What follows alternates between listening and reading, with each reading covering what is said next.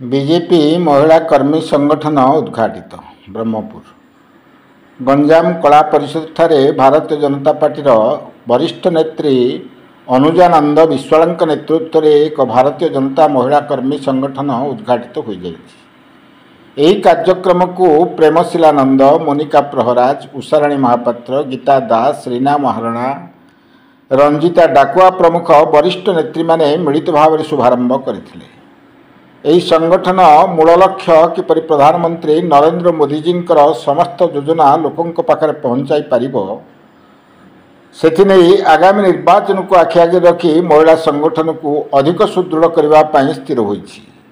संगठन को मिलमिशि आगक नेबा सह विभिन्न योजना किपरि लोकों पाखरे पहुंचबो सेथिने गुरुत्व देबाकू वरिष्ठ नेत्री अनुजानंद कहिथिले। आगामी दिन में बीजेपीर महिला माने किपरि अधिकरु अधिक सामिल हो पारे से विशद भाव आलोचना करा जायतिला। जिलाव्यापी एभली कार्यक्रम जारी रहिबो बोली निष्पत्ति निया जायछि। Brahmapur Sunil Kumar report, Krantidhara plus.